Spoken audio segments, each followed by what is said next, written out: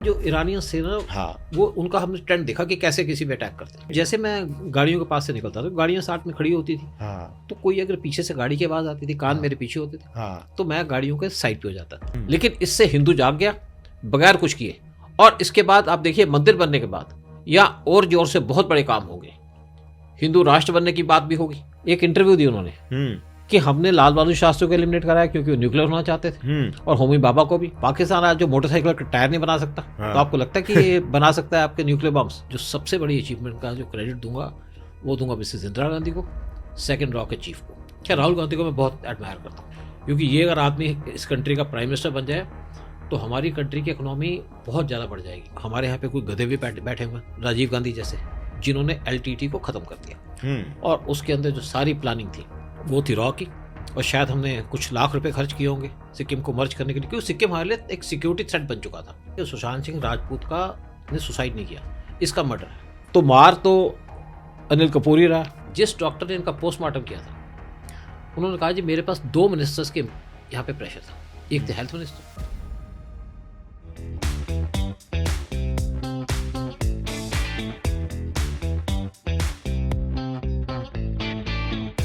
NK Sood sir, welcome to this podcast. Welcome to Gaurav Thakur show. शुक्रिया आपका।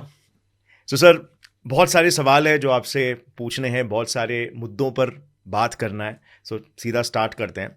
तो सबसे पहले तो अभी जो इस वक्त बहुत ही ज़्यादा चर्चे में है जो मुद्दा, वो है राम जन्मभूमि। ये काफ़ी टाइम से, ये आई थिंक 65-70 ईयर्स से ये बैटल चल रहा था। उसके बाद ये अचानक से अभी ही कैसे हमें विक्ट्री मिली है इतने टाइम के बाद, और इसके पीछे क्या कोई क्या कोई ग्राउंड वर्क है, और किस तरीके से उमड़ के आ रहा है? अभी रिसेंटली ये भी हम देख रहे हैं कि हिंदू कल्चर बहुत चर्चित हो रहा है, और हमारे जो पुराने कल्चर्स एंड ट्रेडिशंस है वो भी काफ़ी बाहर आ रहे हैं। तो आगे किस तरीके से चलेगा? क्या हिंदू राष्ट्र की नींव रखी जा रही है? ऐसा कुछ हो सकता है इसमें कुछ एंगल? देखिए बिल्कुल हो सकता है, क्योंकि बड़े प्लान तरीके से काम किया जा रहा है। और ये आज नहीं, ये PM मोदी या जब वो RSS में थे तो पिछले 30 साल से बीजेपी का एजेंडा था राम मंदिर बनाने का। लेकिन जो पहले गवर्नमेंट थी वो इस पर सीरियस नहीं थी, वो चाहती नहीं थी राम मंदिर बने, वहाँ पे मुस्लिम अपीसमेंट की बात हो रही थी। लेकिन जब PM मोदी पहले टेन्योर में आए तो इसकी तरफ कोई ध्यान नहीं दिया। बहुत से लोगों ने कहा जी आपने तो मंदिर के ऊपर प्रॉमिस किया हुआ है, आप कुछ नहीं कर रहे। PM मोदी ने कोई जवाब नहीं दिया। PM मोदी की आदत भी नहीं कोई जवाब देने की। वो बाहर घूमते रहे, देश को स्ट्रांग करते रहे, देश के साथ जो मुश्किलें थी उसको डील करते रहे।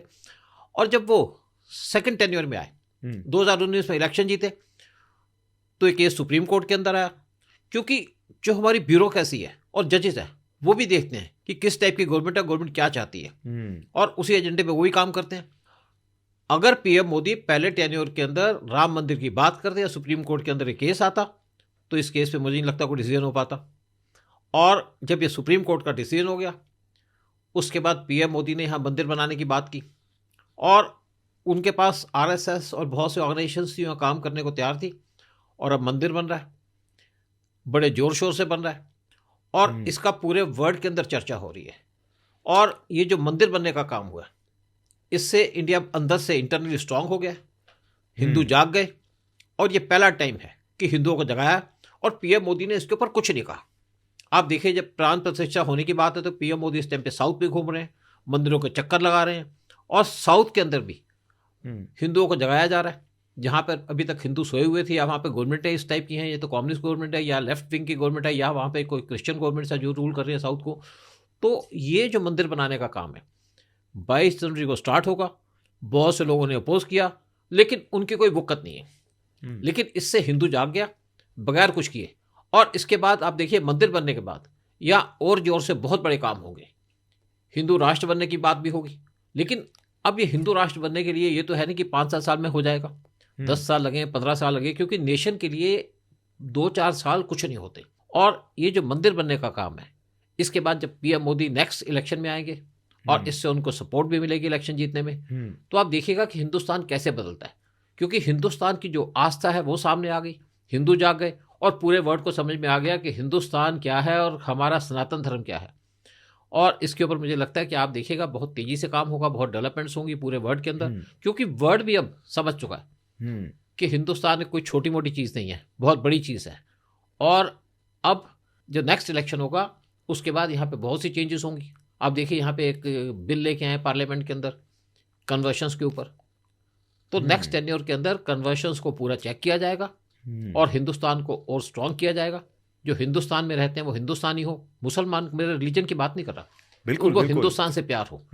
और ये चेंज आ रहा है। देखिए जब ये मंदिर बन रहा है तो यहाँ पे सिख भी जा रहे हैं, मुसलमान भी जा रहे हैं। राइट। और सर यहाँ पे जैसे मैं एक पॉइंट ऐड करना चाहूँगा कि अभी जो राम मंदिर बन रहा है उसमें बहुत सारे मुस्लिम्स भी सपोर्ट कर रहे हैं, और कहीं ना कहीं अभी जो मालदीव्स का भी मुद्दा आया था तो उसमें हमने ये चीज़ देखी कि लाइक आज के तारीख में जिस तरीके से इंडियंस यूनाइट हो गए हैं सारे रिलीजन के, लाइक हमने मालदीव्स को दिखा दिया, एक ही झटके में दिखा दिया कि पीएम मोदी का इंसल्ट किया, और जिस तरीके से वो लक्षद्वीप को फिर मोदी जी ने वहाँ पे जाके जो एक्शन लिया, वहाँ पे बस गए, फोटो निकाली, तो सब लोग ने जो सपोर्ट किया, इंडिया एक हो गया है।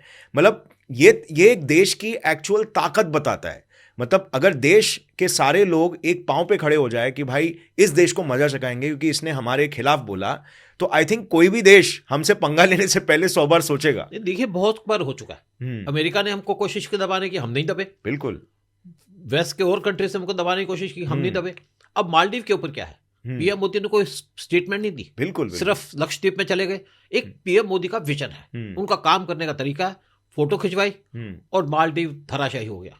अब ये नहीं है कि सिर्फ 2 लाख इंडियंस वहां लिए जाएंगे, वहां पे रशियन भी नहीं जाएंगे, और उसके बाद वहां पे बाकी कंट्री के लोग, यूरोपियन, वो नहीं जाएंगे, क्योंकि मालदीव के अंदर जो लोग जा रहे थे वो वहां की हॉस्पिटलिटी की वजह से जा रहे थे। हॉस्पिटलिटी है नहीं वहां पे, मतलब वहां पे जो लोग हॉस्पिटलिटी की बात करते थे अब वो एंटी हिंदू बात करते हैं, हॉस्टिलिटी आ रहा है अभी वहां पे, हॉस्पिटलिटी जा रहा है, हॉस्टिलिटी आ रहा है। तो पीएम मोदी का देखिए तरीका, पीएम मोदी ने किसी को गाली नहीं दी, चाहे इंडिया के अंदर हो, किसी मुस्लिम को नहीं उन्होंने टारगेट किया, और इसीलिए उनकी एक इमेज बनती जा रही है वर्ल्ड के अंदर। राइट। और सारी कंट्री के लोग वो पीएम मोदी की प्रेस कर रहे हैं, चाहे यूएस हो, चाहे रशिया हो, चाहे यूएई हो, चाहे सऊदी हो, चाहे जो भी हो, राइट, वो भी पीएम मोदी को इज्जत दे रहे हैं, और पीएम मोदी के साथ इंडिया को इज्जत मिल रही है। सो सर इसके पीछे मोदी जी की क्या स्ट्रैटेजी है? मतलब जो अभी करंट गवर्नमेंट है उनकी स्ट्रैटेजी क्या है? क्योंकि हमने पहले देखा था जब मोदी जी आए थे लाइक 2014 के बाद, तो तभी वो बहुत सारे विजिट्स कर रहे थे, मतलब 50-100 विजिट्स तो उन्होंने कर ही लिए फॉरेन कंट्रीज में। तो ऑपोजिशन काफी बार बोल रहे थे कि अरे ये तो घूम रहे हैं, ये कर रहे हैं। तो क्या उसके पीछे कुछ ग्राउंड वर्क ले किया जा रहा था? इसका idea, because you are in the intelligence, तो आपको काफी अच्छे से रहेगा कि वो क्या स्ट्रैटेजी बुनी जा रही थी। देखिए जब पीएम मोदी आए तो पहले टेन्योर के अंदर 100 विजिट हुई उनकी। किसी कंट्री में 5 बार गए, चाइना और यूएस में 5 बार गए, रशिया में 4 बार गए, और बहुत सी कंट्री में 3 बार, 2 बार, 1 बार गए। और पीएम मोदी बड़े प्लान से विजिट किए थे। जब पावर में आए तो पीएम मोदी की पहली विजिट थी भूटान की। भूटान एक छोटी सी कंट्री है लेकिन इंडिया का नेबर है। तो मैंने सोचा कि पीएम मोदी क्यों भूटान जा रहे हैं, क्या बात है, क्योंकि मैंने भूटान की सीट पे काम किया हुआ है। और देखा कि वहां पे एक चाइनीज डेलीगेशन आ रही थी, क्योंकि भूटान की हम फॉरेन पॉलिसी को कंट्रोल करते हैं, सिक्योरिटी कंट्रोल करते हैं। तो पीएम मोदी ने वहां जाकर के उनसे बात की कि आपको क्या चाहिए। कुछ मिलियन की रिक्वायरमेंट थी उनकी, उनको पूरा कर दिया ताकि चाइना वहां ना एंटर करे, क्योंकि चाइना जो एंटर करता है वो प्रॉब्लम करता है इंडिया के लिए। उसके बाद ये नेबरिंग कंट्रीज में गए, इंडिया के बैकयार्ड में गए, मालदीव में गए, मॉरिशस में गए, सेशल्स में गए, श्रीलंका के अंदर गए। और पीएम मोदी जहां भी गए, एक तो उन्होंने इंडिया की पोजीशन समझाई पूरे वर्ल्ड को, दूसरा उन्होंने पाकिस्तान को एक्सपोज किया, क्योंकि हमने कभी पाकिस्तान को एक्सपोज नहीं किया, पाकिस्तान के टेररिज्म को एक्सपोज नहीं किया।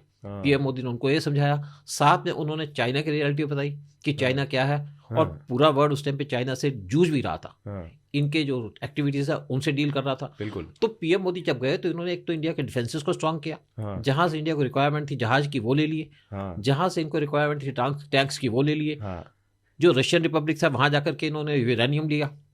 इनकी 3 बार विजिट हुई थी नेपाल के अंदर। लेकिन नेपाल में तब तक चाइनीज बहुत डीपली एंट्रेंच हो गए थे, यानी कि कम्युनिस्ट गवर्नमेंट आ चुकी थी वहां पे। तो वो उस टाइप से सक्सेस नहीं हुए। लेकिन अभी रिसेंटली एस जयशंकर नेपाल के अंदर गए और वहां से एग्रीमेंट की।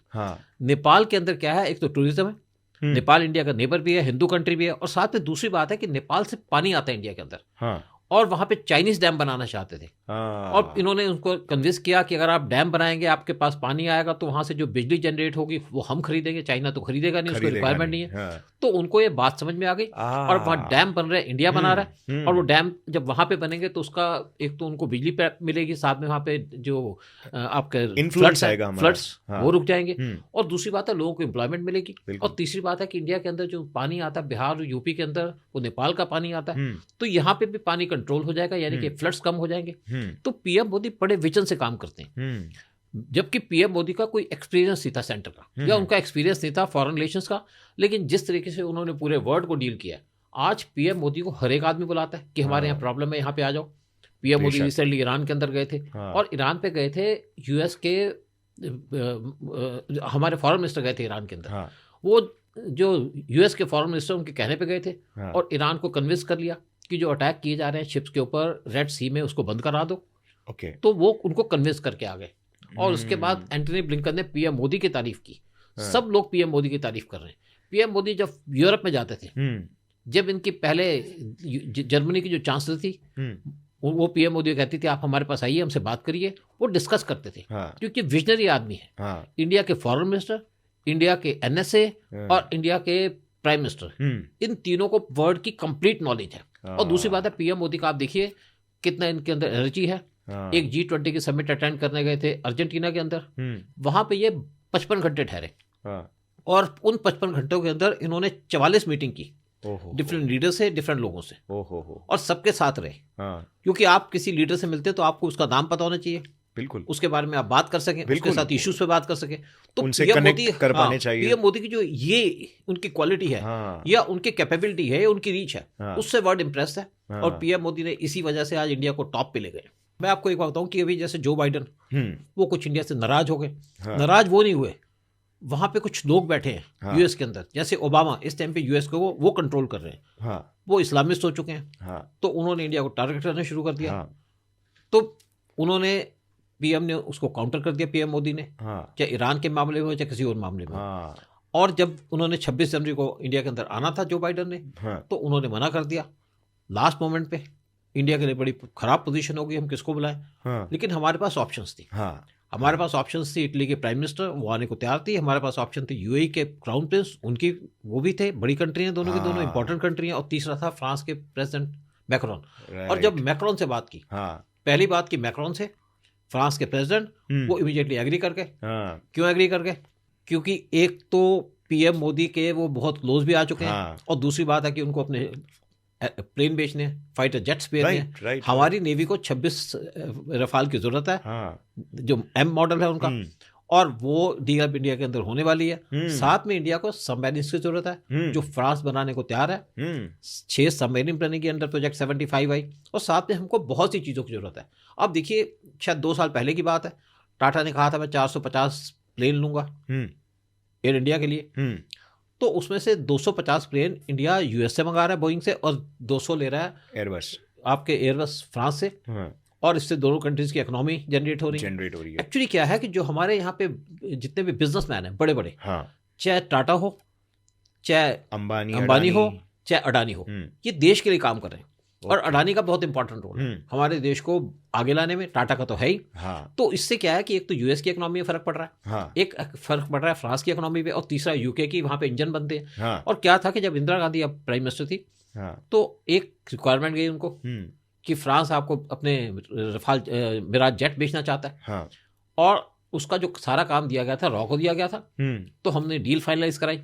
जब डील फाइनलाइज हुई तो हमने 12 प्लेन को ऑर्डर दिया, और उसके बाद फ्रांस ने कहा कि हम आपको सपोर्ट करेंगे। तब से फ्रांस हमको यूएन के अंदर सपोर्ट कर रहा है। और जब 1974 का ब्लास्ट किया था इंदिरा गांधी ने, तो उस टाइम पे फ्रांस ने यूएन के अंदर हमें सपोर्ट किया था, जबकि यूएस हमारे खिलाफ था, यूके हमारे खिलाफ था, और रशिया तो हमेशा हमारे साथ है। तो अब हम उनसे रफाल जेट लिए पीएम मोदी ने, और अब हम उनसे और चीजें ले रहे हैं। तो जो वर्ल्ड की आज रिलेशनशिप है वो ट्रेड बेस्ड है। बिल्कुल बिल्कुल। जो यूरोप है वो पूरा किस पे चलता है? एक चलता है आपके डिफेंस पे, और दूसरा चलता है वहां पे टूरिज्म पे। और वहां पे डिफरेंट टाइप का टूरिज्म है। लेकिन इंडिया के अंदर डिफरेंट टाइप का टूरिज्म है। हमारे यहाँ टूरिज्म है रिलीजियस टूरिज्म, स्पिरिचुअल रिलीजियस। तो आज हम जो मंदिर बना रहे हैं, यहाँ पे हमारा टूरिज्म बढ़ रहा है। बिल्कुल बिल्कुल। आप देखिए कि महाकाल का मंदिर बना तो वहाँ पे 1000 टाइम्स टूरिस्ट बढ़ गए। और जब यहाँ पे मंदिर बन रहा है आपका अयोध्या में, तो यहाँ पे ये उम्मीद की जा रही है कि कम से कम 1500 टाइम यहाँ पे टूरिस्ट बढ़ेगा, या कम से कम 23 लाख करोड़ टूरिस्ट अयोध्या विजिट करेंगे। और जब टूरिस्ट विजिट करते हैं तो उस कंट्री या उस जगह की इकोनॉमी बढ़ती है, डेवलप होती है। सबसे बड़ा आज यूएई को देख लीजिए, लाइक यूएई टूरिज्म का एक परफेक्ट एग्जांपल है। दुबई, आप लंदन चली जाइए, लंदन के अंदर एक वहां पे लंदन आई लगनी थी, एक बड़ा झूला बनना था जिससे आप पूरा लंदन देख सकें। तो उसकी जो कॉस्ट थी वो थी 400 मिलियन की पाउंड की। तो लोगों ने कहा जी आप इतना पैसा खर्च कर रहे हो इस पे, क्यों नहीं आप डिफरेंट चीज़ पे यूज़ करते। उन्होंने कहा भाई देखिए हम 400 बिलियन खर्च रहे हैं आप झूले के ऊपर, इससे 200 लोगों को जॉब मिलेगी और यहाँ टूरिज्म इतना बढ़ेगा, तो ये सारे पैसे हमको 5 साल में रिकवर हो जाएंगे और उसके बाद हम बाकी पैसे जो जनरेट होंगे उसको और आगे स्पेंड करेंगे, तो जो हमारे अंदर कंट्री के अंदर टूरिज्म बढ़ेगा, इससे हमारी इकोनॉमी बढ़ेगी। और जो मंदिर बन रहा है राम मंदिर, ऐसी चीजों से हमारी कंट्री की इकोनॉमी डेवलप होती है, इकोनॉमी भी और ब्रांडिंग भी। हाँ, लाइक आज बुर्ज खलीफा की वजह से यूएई की ब्रांडिंग डेवलप हुई है। सो सर अभी like in the coming future, like अभी किस तरीके से आपको लगता है कि वर्ल्ड के जियोपॉलिटिकल डायनामिक्स शेप हो रहे हैं? जैसे कि हम बात करें मिडिल ईस्ट की, तो मिडिल ईस्ट में एक अलग डायनामिक चल रहा है, यूएस में इलेक्शंस अभी चल रहे हैं तो उसका एक अलग डायनामिक है। फिर अगर हम बात करें रशिया यूक्रेन वॉर की, तो वहाँ पे भी एक अलग डायनामिक आ रहा है जो कि ईरान फंडिंग हो रही है, फिर वो हाउती रिबेल्स और वो सारी चीज़ें। तो इंडिया ये सब में कहाँ पे स्टैंड कर रहा है? और चाइना के साथ भी इंडिया के कुछ स्कर्मिशेस चालू है, तो क्या इंडिया के लिए ये जो ओवरऑल जियोपॉलिटिकल सिनारियो है ये इंडिया को बेनिफिट करेगा इन द नेक्स्ट 5-10 ईयर्स, या थोड़ा कोल्ड ही रहने वाला है? आपकी इस पे क्या देखिए, मेरे एनालिसिस है? हिसाब से इंडिया इससे चुपचाप निकल रहा है। देखिए, जब यहाँ पे रशिया इंडिया और चाइना का स्टैंड ऑफ चल रहा था, तो यूएस ने कहा हम आपको B-52 बॉम्बर्स दे रहे हैं। इंडिया ने मना कर दिया क्योंकि उनके बॉम्बर्स हमारे एरिया में रहते हैं और यूएस चाहता था इंडिया चाइना से लड़े, इंडिया ने अवॉइड कर दिया। हमने चाइना से लड़ाई नहीं की, हम चाइना से लड़ाई नहीं करना चाहते। चाइना ने कहा हमारी PLA की वॉल आप उसको तोड़ के दिखाओ। इंडिया ने कहा कि हमें कोई तोड़ने की जरूरत नहीं है वॉल, तुम्हारी हिम्मत है तो आगे बढ़ जाओ। और चाइना की हिम्मत नहीं हुई आगे बढ़ने की। और जब जून 2020 के अंदर हमारे 20 सोल्जर को उन्होंने धोखे से मारा, तो हमने उनके 80 मार दिए। क्योंकि मैं रहा हूँ नॉर्थ ईस्ट के अंदर और रेगुलरली चाइना हमारे एरिया के अंदर लेह लद्दाख और अरुणाचल में एनक्रोच करता था, लेकिन हमारी आर्मी कुछ नहीं करती थी। तो हम बड़े परेशान होते थे हमारी आर्मी क्यों नहीं कुछ कर रही, क्योंकि आर्मी को पावर नहीं थी, उनको ऑर्डर्स नहीं थे। राइट। लेकिन आज चाइना जरूर का जवाब पत्थर से, चाइना हमको स्ट्रिंग ऑफ पल्स बना करके सी में घेरने की कोशिश कर रहा था, सफोकेट कर रहा था, लेकिन हमने उसको स्ट्रिंग ऑफ डायमंड से काउंटर कर दिया। हम भी लगे हुए हैं, चाइना लगा हुआ, हम भी लगे हुए। चाइना ने हमको मालदीव से बाहर कर दिया, हम चाइना को श्रीलंका से बाहर कर रहे हैं।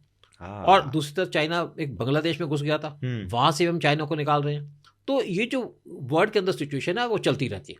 और दूसरी बात है कि हम किसी वॉर में तो फंसे नहीं, ना रशिया को वार, नो टाइम फॉर वॉर। और देखिए, इंडिया ने स्पेशली यूएस से कहा था कि आप रशिया को मत छेड़ो, लेकिन जो बाइडेन माने नहीं। उन्होंने कहा जी रशिया को छेड़ूंगा, रशिया को मैं घुटने पे ला दूंगा तो मैं इलेक्शन जीत जाऊंगा।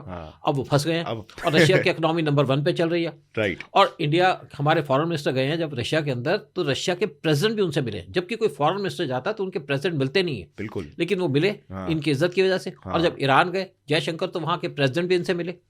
तो हमारी जो पोजीशन है PM मोदी की वजह से। और जब यह सारा कुछ चल रहा था तो उस टाइम पे 9 जनवरी को UAE के क्राउन प्रिंस इंडिया विजिट किए।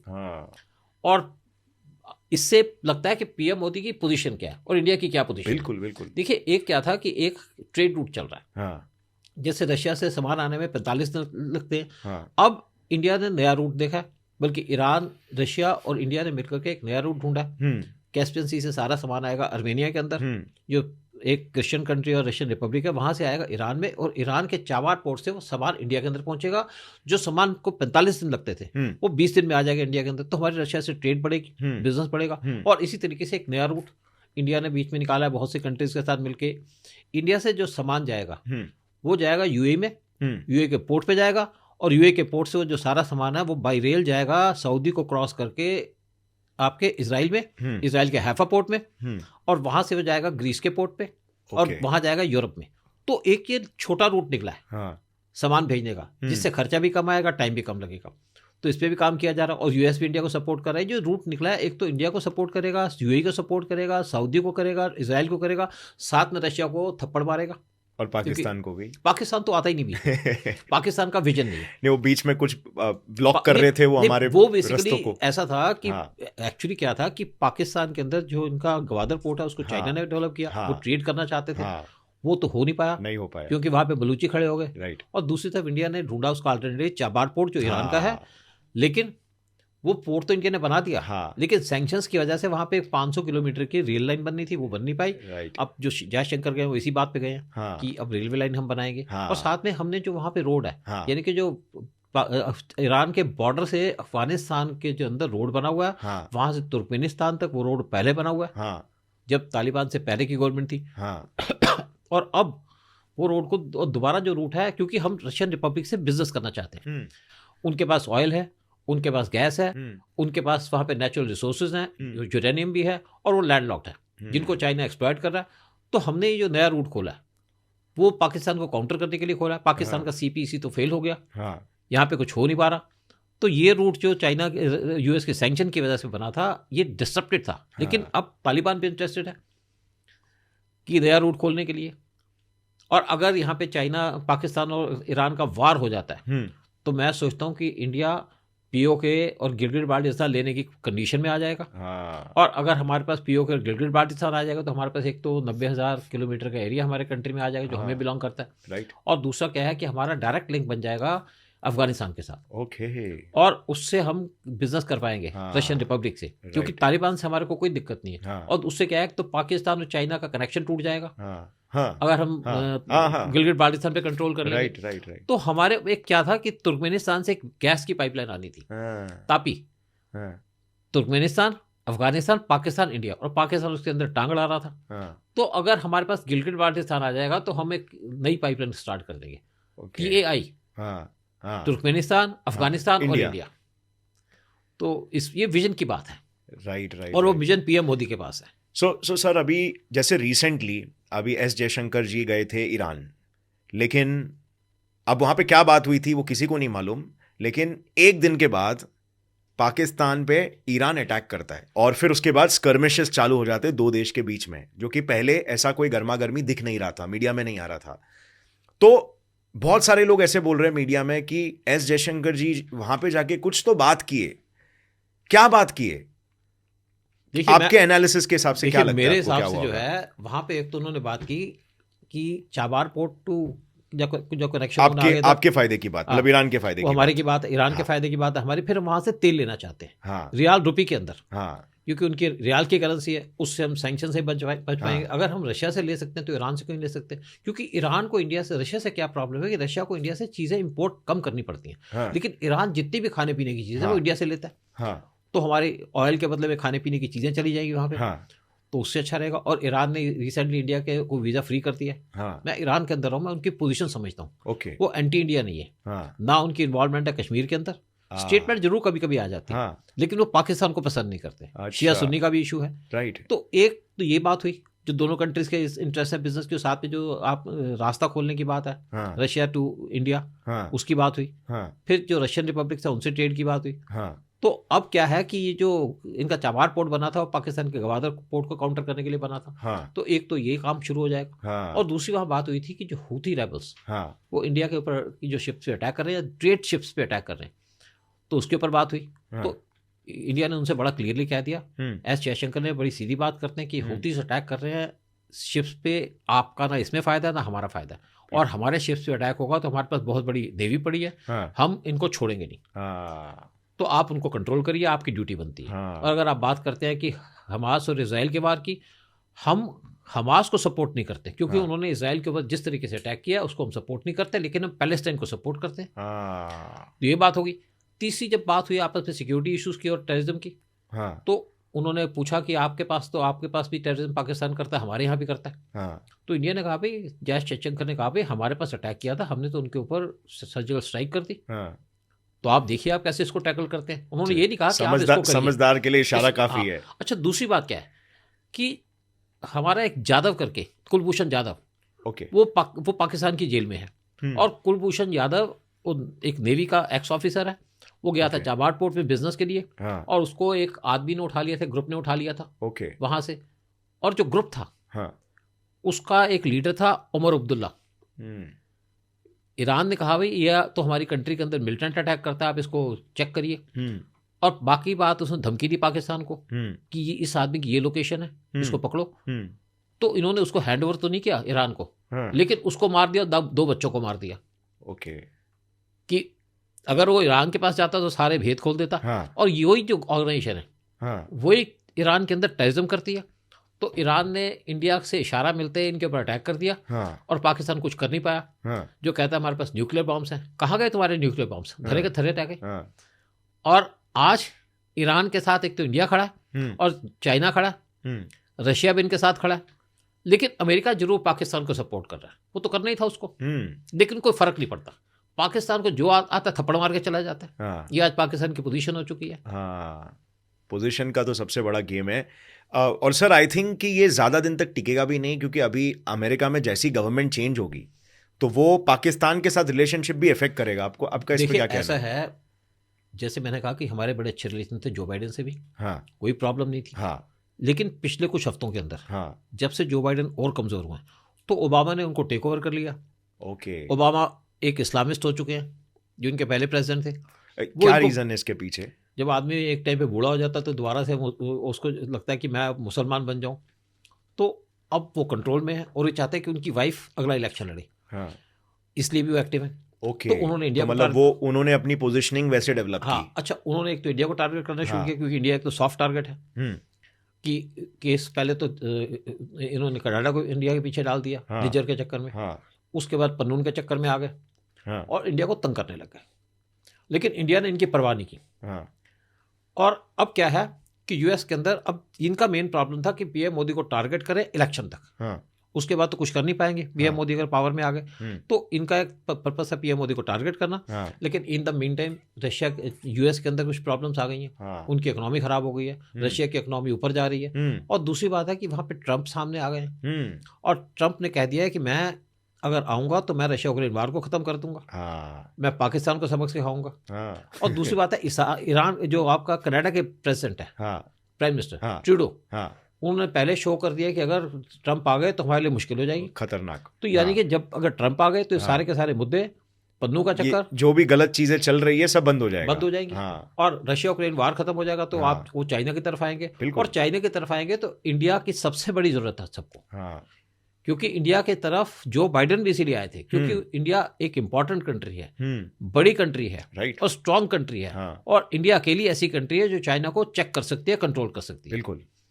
बाकी कोई कंट्रीज का और मुकाबला नहीं चाइना कर का ऑल्टरनेट भी बन सकती है इफेक्टिवली, देखिए बेसिकली क्या है, बिजनेस सेंस से।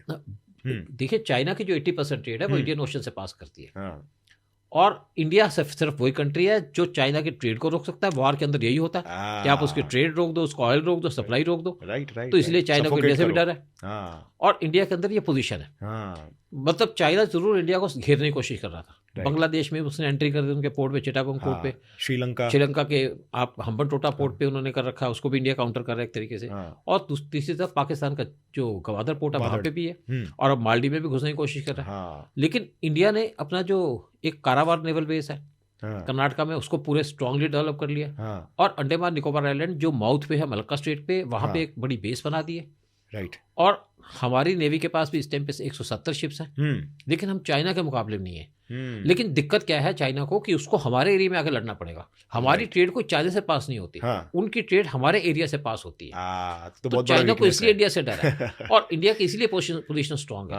और जितनी भी कंट्री, देखिए ऑस्ट्रेलिया के प्राइम मिनिस्टर आए थे इंडिया के अंदर, तो पीएम मोदी उनको अपने एयरक्राफ्ट कैरियर पे लेके दिखा दिया कि हमारे पास तो एयरक्राफ्ट कैरियर है, 2 एयरक्राफ्ट कैरियर है हमारे पास। यूएस के पास 11 एयरक्राफ्ट कैरियर है, चाइना तीसरा एयरक्राफ्ट कैरियर बना रहा है, हमारे पास 2 हैं। बाकी किसी कंट्री के पास 2 एयरक्राफ्ट कैरियर नहीं है, बिल्कुल, या तो है ही नहीं किसी के पास, या तो एक आध है, या एक आधा। यूके के पास एक है, एक इटली के पास है, और बाकी कुछ छोटी मोटी कंट्रीज के पास, और रशिया के पास भी एक एयरक्राफ्ट कैरियर है। तो इंडिया की ये पोजीशन बड़ी इंपॉर्टेंट है, और हमारी जियोपॉलिटिकल सिचुएशन वो ऐसी इंपॉर्टेंट है, और हम उसका मजा भी ले रहे हैं, उसको यूज भी कर रहे हैं, उससे वर्ल्ड को चैलेंज भी कर रहे हैं। Right, right, right. तो सर अभी कुछ टाइम पहले ना खालिस्तान का जो मुद्दा है वो काफ़ी उठ रहा था, और अभी भी डेफिनेटली चल रहा है, काफ़ी टाइम पुराना ये मुद्दा है। तो इस पे काफ़ी लोगों का ये कहना है कि अभी जैसे अमेरिका की पोजीशन चेंज हो गई थी, कनाडा को सपोर्ट करने लगे कहीं ना कहीं वो इस मुद्दे में, और अमेरिका ये इल्ज़ाम लगा रहा है कि इंडिया ने निज्जर के असैसिनेशन अटेम्प्ट को करवाया था, इंडिया के रॉ ने कराया था। तो इस पे आपका क्या टेक है? मतलब अमेरिका ऐसा क्यों बोल रहा है? क्या उनके पास कोई सबूत भी नहीं है? बट क्या ये जो असैसिनेशन अटेम्प्ट्स हो रहे हैं, और ये पैटर्न आप देखोगे पाकिस्तान में भी हो रहा है, तो क्या उसके पीछे, मतलब पाकिस्तान में भी एक एक करके इंडिया के दुश्मन जा रहे हैं, तो एक एक करके जो पाकिस्तान में इंडिया के दुश्मन गायब हो रहे हैं, उसके पीछे रॉ का कोई एंगल हो सकता है? और आपको तो पता है कि रॉ कैसे वर्क करता है, तो वो सारी चीज़ें मतलब टेबल पे नहीं है, बट इसमें हमें अपना एनालिसिस यूज करना पड़ेगा। तो आपका एनालिसिस क्या देखिए, कहता है? मेरा एनालिसिस सिर्फ ये है कि कोई तो करवा रहा है। राइट। आप एक फिल्म देखी होगी अनिल कपूर की, मिस्टर इंडिया, इनविजिबल आदमी। तो इनविजिबल आदमी है, राइट। आप उसको चाहे रॉ का नाम दीजिए चाहे कोई और नाम दीजिए, हाँ। इनविजिबल है तो सही। हाँ। और कौन मार रहा है, कैसे मार रहा है, एक पैटर्न भी है इसके अंदर। और इंडिया के दुश्मन मारे जा रहे हैं। एक्चुअली क्या है कि पाकिस्तान के सिचुएशन अलग है, कनाडा की अलग है। Right. पाकिस्तान के अंदर क्या है कि वहाँ पे बड़े मिलिटेंट ग्रुप्स हैं, इनको पाल रहा था। अब हाँ। ईरान ने भी पाकिस्तान पे इसीलिए अटैक किया। हाँ। और पाकिस्तान की बात लाइक कोई सुनने सांप को, अगर आप पालोगे तो आपको भी डसेंगे वो। बैकयार्ड, आपके तो बैकयार्ड पे सांप पालोगे तो होगा, वो तो हेनरी क्लिंटन ने कहा हुआ। तो देखिए क्या है कि हम जो भी करें, हाँ। हमारे को क्या है कि अपनी कंट्री की सिक्योरिटी देखनी है, हमारी कंट्री का इंटरेस्ट देखना है। हाँ। तो मार तो अनिल कपूर ही रहा, हाँ। है ना, इससे आगे मैं कुछ नहीं कहूंगा। हाँ। लेकिन बात क्या है कि हम आज वो नहीं है। हाँ। हम पाकिस्तान के अंदर सर्जिकल स्ट्राइक कर सकते हैं, ये तो हमने दिखा दिया। यस। जब पुलवामा हो तो हमने बालाकोट कर दिया, हम और रिटेलिएट कर सकते हैं। रिटेलिएट करेंगे। और अभी क्या है कि हमको उस टाइम पे हमारे पास आर्म्स एमुनिशन नहीं थी। हाँ। यानी कि प्रॉपर एयरक्राफ्ट भी नहीं थे, राइट। प्रॉपर मिसाइल्स तक नहीं थी। हाँ। आज सब कुछ है हमारे पास, हमको तो घुसने की भी जरूरत नहीं है। हाँ। हम वैसे ही कर सकते हैं। और फिर हमारे पास इनविजिबल आर्मी भी है अनिल कपूर की, तो आप जो मर्जी लगा लीजिए। अब जहां तक बात करते हैं निज्जर की, निज्जर की जब डेथ हुई तो कनाडियन पुलिस ने कोई इन्वेस्टिगेशन नहीं की, 3 महीने तो कुछ नहीं किया। जब G20 में उन्होंने देखा कि इंडिया की तो इतनी अच्छी पोजीशन है, इंडिया को इतनी सपोर्ट मिल रही है, इतनी इंपॉर्टेंस मिल रही है, तो उनको मिर्ची लग गई। मिर्ची तो यूएस को भी लगी। और उसके बाद निज्जर का इशू उठा दिया। जब उनको जवाब देने लगे तो विटनेस तो कोई दे नहीं पाए, प्रूफ कोई दे नहीं पाए। उसके बाद उन्होंने फिर यूएस ने कहा जी हमारे पास 5 आई है। 5 आई क्या है? 5 कंट्री है, US, UK, Canada, Australia, New Zealand, जो अपनी इंटेलिजेंस शेयर करते हैं। एविडेंस कोई नहीं है। वो कहते हैं हमने सुनी सुनाई बात है, किसी ने फोन पे गप मार ली, किसी ने कुछ कह दिया, उसको सुन के आपने इंडिया के ऊपर चार्ज लगा दिया। तो ऐसा चार्ज तो लगता नहीं है। और वो कनाडियन प्राइम मिनिस्टर जिनका प्लेन यहाँ पे खराब हो गया, वो प्लेन को रिपेयर नहीं कर पाए। 40 साल पुराना उनका प्लेन है, और इस टाइम पे नाइजीरिया गए थे किसी अफ्रीकन कंट्री, फिर वहां पे उनका प्लेन खराब हो गया। अरे बाबा। तो आप देखिए ये एडवांस कंट्री है। फिर दूसरी बात है, यहाँ पे पन्नून के चक्कर में यूएस ने इंडिया के ऊपर एलिगेशन लगा दी कि जी पन्नून को आप मरवाना चाहते हैं। और जिस आदमी से मरवाना चाहते हैं, कोई शर्मा है, वो चेक में बैठा हुआ है, चेक रिपब्लिक के अंदर।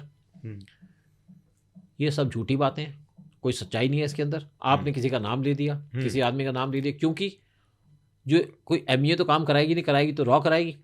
लेकिन रॉ का कोई यूनिट नहीं है चेक के अंदर, चेक रिपब्लिक के अंदर। तो कोई इन्होंने हवा में तीर मारा है। तीर क्या मारा? इंडिया को डिस्टर्ब करना है, इंडिया को तंग करना है। लेकिन इंडिया भी उनकी परवाह नहीं कर रहा। कहते आप दीजिए, आपके पास प्रूफ है, आपने दिए, ले जाओ उस आदमी को। अब कुलभूषण जाधव भी तो पाकिस्तान के कब्जे में बैठा है, तो आप उसको उठा लो। लेकिन वो हमारा आदमी नहीं है। ये बात मैं आपको 110% गारंटी पे कह सकता हूँ, स्टैंप पे दे सकता हूँ। ओके। अब इनका पर्पस ये है कि इंडिया को टारगेट करना, और ये सिर्फ इलेक्शन तक चलेगा। और पीएम मोदी चले गए तो इनका पन्नून भी चला जाएगा। और ट्रंप आ गए तो ट्रंप ने एक तो जो जॉर्ज सोरोस यूएस के अंदर बैठा है उसको टारगेट करना है, खालिस्तानियों को टारगेट करना है, रशिया और यूक्रेन का वार खत्म करना है, और इंडिया के साथ खड़े होना है। इसमें पक्की बात है, क्योंकि यहाँ पे कमला हैरिस आएगी उनके साथ, या विवेक रामास्वामी, और वो दोनों ही प्रो इंडिया है, इंडिया के सोचते हैं। और ट्रंप भी बहुत कुछ देख चुके हैं। और ये इनकी एक समझिए कि यूएस की शॉर्ट साइटेडनेस है कि इंडिया को तंग कर रहे हैं, इंडिया को परेशान कर रहे हैं। वैसे तो हमेशा इंडिया को तंग करता है यूएस, पुरानी हिस्ट्री है। आप 1971 का वार ले लीजिएगा, इन्होंने 7th फ्लीट भेज दी थी इंडिया के अंदर। लेकिन इनके करने से कुछ नहीं होगा। और जिस तरीके से यूएस जस्ट बिकॉज बहुत ज्यादा पावरफुल है, तो वो हमेशा ये शॉर्ट साइटेड एजेंडाज बहुत सेट करता है, लॉन्ग टर्म पोजीशनिंग नहीं रखता है। क्या ये इंडिया को लाना चाहता है उनके घुटने पे, या उनके जो कदम पे चलाना चाहता है। इंडिया की अपनी पावर है, इंडिया की अपनी पोजीशन है, इंडिया इनकी बात तो सुनता नहीं है। इंडिया जो उसके लिए बेटर है वही करता है, आज से नहीं, शुरू से। चाहे इंदिरा गांधी का टाइम ले लीजिए, चाहे अब मोदी का टाइम ले लीजिए, इवन नेहरू जी के टाइम पे भी ऐसा ही नेहरू की भी नॉन अलाइनमेंट की पॉलिसी थी। वो टाइम निकल गए जब आप हमारे साइंटिस्ट को मार सकते थे, जब आप हमारे प्राइम मिनिस्टर शास्त्री जी को मार सकते थे। ये सब यूएस के काम है, उनकी CIA के काम है। आज वो टाइम नहीं है। आज हम बदला ले सकते हैं, और अगर यूएस ने कोई हरकत दिखाई तो उसका पूरा जवाब दिया जाएगा इंडिया के द्वारा।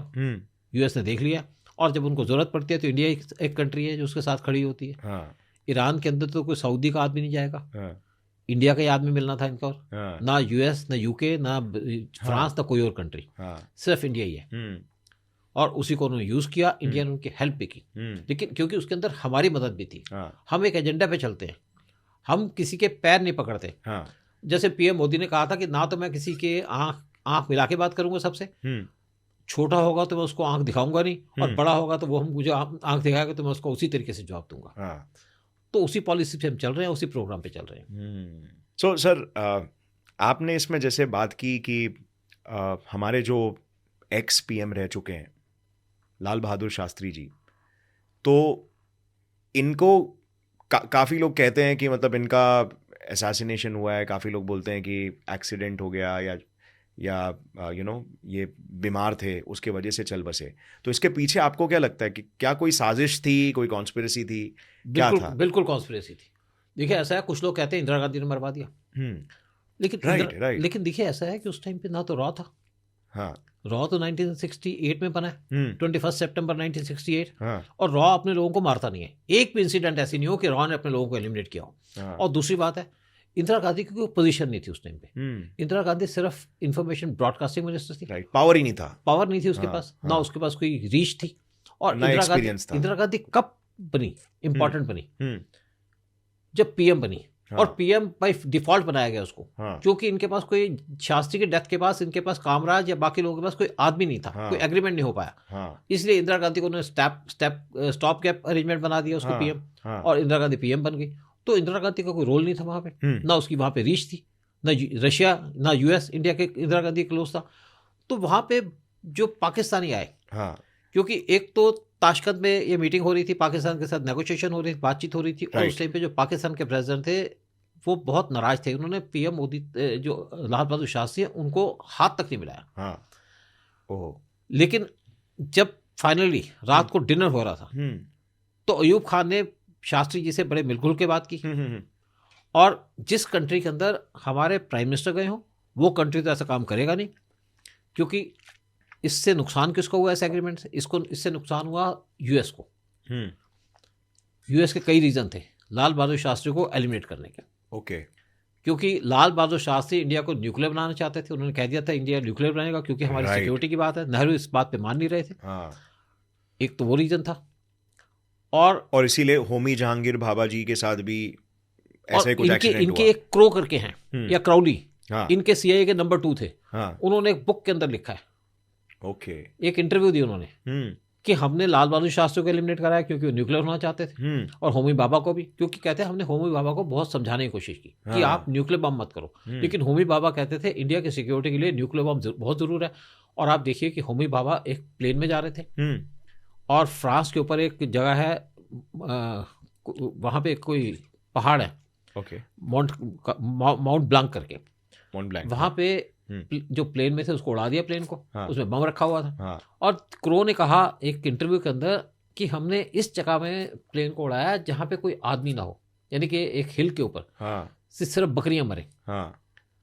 और यूएस ने इस बात को एडमिट किया कि उन्होंने होमी बाबा का मर्डर किया। इसी तरीके से जब 1971 वार के अंदर अमेरिका और पाकिस्तान इंडिया से हार गए, वार 16 दिसंबर 1971 को ख़त्म हो गया, तो 30 दिसंबर को हमारे दूसरे साइंटिस्ट, उनका भी मर्डर कर दिया गया, और उनको मर्डर किया गया केरला के बीच में, जबकि वो उस रात को, सुबह को, नेक्स्ट मॉर्निंग को अपनी फैमिली के साथ जाना था। उनको होटल में मार दिया, पॉइजन दे दी।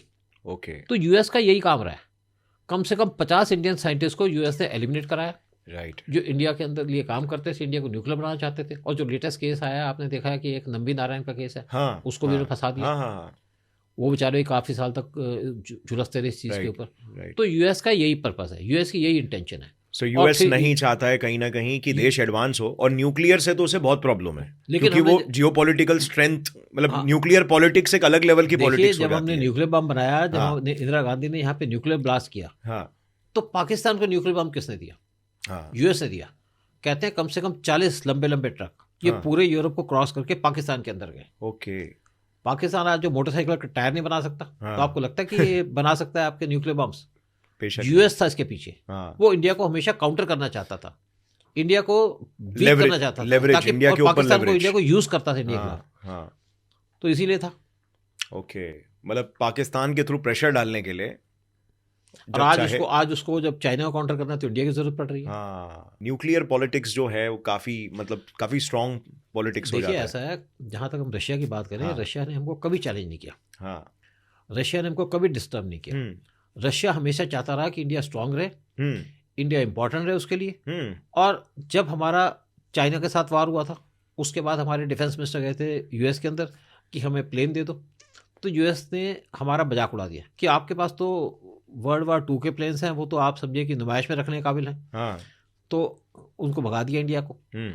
तो उसके बाद 65 का वार हुआ, तो उस टाइम पे इंडिया चला गया था रशिया के पास। जब 65 का वार हुआ तो हमारे पास 2 MiG-19 थे जिनको हमने यूज़ किया। रात को हमारे प्लेन उड़ नहीं सकते थे, लेकिन हमने तब भी वो वार जीत लिया, जबकि सारा सामान यूएस को पाकिस्तान को दिया हुआ था, यूएस ने, आपके फ्रांस ने, यूके ने और बाकी कंट्रीज ने। लेकिन वार हम जीत गए इक्विपमेंट की वजह से नहीं, अपने स्ट्रेंथ की वजह से, या हमारे विजन की वजह से, या हमारी प्लानिंग की वजह से, या स्ट्रेटजी की वजह से। और हमने इनके पैटर्न टैंक जो ये कहते थे इनविंसिबल है, उनको उड़ा दिया। 2 दिन के अंदर हमने इनके 105 पैटर्न टैंक्स वो डिस्ट्रॉय कर दिए थे 1960 वॉर में, और वो वार हम इसी वजह से जीत गए। ओके, सो सर, आप जैसे जॉर्ज सोरोस की बात कर रहे थे, स्पेशली यूएस के पॉलिटिक्स में और इंटरनेशनल पॉलिटिक्स में। सो जॉर्ज सोरोस के ऊपर हमने भी वीडियो बनाया था कि किस तरीके से वो फंडिंग करते हैं देश की गवर्नमेंट को गिराने के लिए, जो गवर्नमेंट उनके फेवर में नहीं है, मतलब जो करप्ट गवर्नमेंट नहीं है, तो उनको गिराने में, ताकि वहाँ पे इन्वेस्ट करके बाद में ROI खूब निकलेगा करप्ट गवर्नमेंट के साथ। तो क्या आप थोड़ा सा और शेयर कर सकते हैं कि आज के करंट इंडिया के सिचुएशन में और इंडिया के पॉलिटिक्स में आपके एनालिसिस के हिसाब से जॉर्ज सोरोस का क्या रोल रहा है विद इन इंडियन पॉलिटिक्स? देखिए, जॉर्ज सोरोस ने यहाँ पे प्रॉमिस किया था कि मैं $1 बिलियन खर्च करूंगा इंडिया को डिस्टेबलाइज करने में, मोदी को डिस्टेबलाइज करने में। और जहाँ भी यहाँ डेमोन्स्ट्रेशन होती हैं, जैसे आपके किसान के आंदोलन होते हैं, वहाँ जॉर्ज सोरोस का पैसा आता है। आज जॉर्ज सोरोस और चाइना इंडिया को डिस्टर्ब करने में लगे हैं, और साथ में कुछ पॉलिटिकल पार्टीज हैं, क्योंकि एक तो ये क्रिश्चियन को जरूर सपोर्ट करते हैं, लेकिन इंडिया को अपोज करते हैं। और इंडिया के अंदर जितने भी डिस्टर्बेंसेस होती है, उसके अंदर जॉर्ज सोरोस की इन्वॉल्वमेंट होती है। जैसे आपका मणिपुर के अंदर वायलेंस चली, हाँ, मेती और कुकीज जो है वो ड्रगिस्ट हैं, या म्यांमार से आए हुए हैं, और यहाँ पे वो ड्रग्स का काम करते हैं। जब वहाँ की गवर्नमेंट ने इनको रोकने की कोशिश की तो जॉर्ज सोरोस ने इनको फंडिंग की, चाइना ने इनको एमुनेशन दिया, और वहाँ पे झगड़े करा दिए। और आप देखिए बड़ी इंपॉर्टेंट बात कि क्यों राहुल गांधी ने अपनी जो यात्रा है, लेटेस्ट यात्रा, वो मणिपुर से शुरू की। ओके, कि ये जॉर्ज सोरोस के इशारे पे काम करते हैं। ऐसा लगता है कि जॉर्ज सोरोस इनकी यात्रा को फंडिंग करता है। और जो आपके राहुल गांधी हैं, ये जब मणिपुर गए तो यहाँ पे दोबारा से कुकीज ने मैतीस के ऊपर अटैक कर दिया था। और एक और बात यहाँ पे है कि चाइना को एक और क्या इंटरेस्ट है, वैसे चाइना हमारे नॉर्थ ईस्ट के अंदर डिस्टर्बेंस करता ही रहता है। एक और ये है कि यहाँ पे मणिपुर के अंदर ऑयल निकला है, और वहाँ पे कुकीज बैठे हैं। और इंडिया चाहता है कि जो डिस्प्यूट है एमिकेबली सेटल हो जाए, ताकि हम कुकीज को हटा करके वहाँ पे ऑयल निकालें। अगर ऑयल निकलता है, इंडिया की इकोनॉमी बढ़ेगी। एब्सोल्युटली। और दूसरी तरफ जो अंडमान निकोबार आइलैंड है, वहाँ पे इंडिया ने ऑयल निकालना शुरू कर दिया। और इवन आपके जो अरब सागर है, वहाँ पे भी कोशिश कर रहे हैं। इवन आपके जो ऑफ आपका आंध्र प्रदेश, उसके कोस्ट के पास भी हमने ऑयल निकालना शुरू कर दिया। तो हम अपनी इकोनॉमी को डेवलप कर रहे हैं इस तरीके से। और इवन आपके जो हमारा अरुणाचल प्रदेश है, वहाँ पे भी हम गैस और ऑयल की सर्च कर रहे हैं, और वहाँ पे मिला हुआ है, और वो भी हम करेंगे हमारी इकोनॉमी स्ट्रांग होने के लिए। और जॉर्ज सोरोस अमेरिका के जो प्रेजेंट गवर्नमेंट है, जो बाइडेन, उसको सपोर्ट करते हैं। ओके। और उसको फंड दे रहे हैं। और ट्रंप इनको पसंद नहीं करते। और ट्रंप ने कह दिया कि जब मैं पावर में आऊँगा तो मैं जॉर्ज सोरोस को भी देख लूंगा। और जो खालिस्तानी है, इनको भी जॉर्ज सोरोस फंड करते हैं। तो ट्रंप के आने से जो इंडिया की प्रॉब्लम्स हैं खालिस्तान की, और यहाँ पे जो डेमोन्स्ट्रेशन काफी हद तक कम हो जाएगी। क्योंकि ये सब जो एक्टिविटीज हो रही है, इनको फंडिंग, इनको जो पीछे जो पैसा लग रहा है, जैसे अगर मतलब कहीं पे प्रोटेस्ट कराना है, कहीं पे कुछ स्कर्मिशेस कराने हैं, कहीं पे टेररिस्ट एक्टिविटीज करानी। देखिए, एक और चीज आप याद रखिए, जब ट्रंप आए थे इंडिया के अंदर, शायद 2020 की बात होगी, तो हमारे दिल्ली के अंदर यहाँ पे दंगे करा दिए गए थे। इस दिल्ली के अंदर जो गवर्नमेंट है केजरीवाल की है, और केजरीवाल को जो इनिशियली फंड मिला था, वो मिला था फोर्ड फाउंडेशन से, और फोर्ड फाउंडेशन CI के फ्रंट ऑर्गेनाइजेशन है। ओके। अब देखिए दूसरी बात क्या है कि अडानी को क्यों टारगेट किया जा रहा है। अडानी इंडिया के लिए बहुत बड़ा काम कर रहे हैं। श्रीलंका के अंदर चाइना को काउंटर करने के लिए, नेपाल के अंदर भी, बांग्लादेश के अंदर भी, ओके, और हाँ, ये बिजनेस कर रहे हैं, राइट राइट, बिजनेस के थ्रू इनका भी फायदा, देश का भी फायदा, देश का भी फायदा, इनका हाँ। भी। देखिए क्या है कि इंडिया के अंदर ज्यादातर पोर्ट हाँ, वो अडानी रन कर रहा है, क्योंकि उनके पास मशीनरी है, एक्सपर्टीज है। राइट कोई राइट, बेनिफिट नहीं कर रहे, बिल्कुल, इससे कोई बिल्कुल। किसी को बेनिफिट नहीं कर रहे, या उनको Exactly. बेनिफिट नहीं मिल रहा।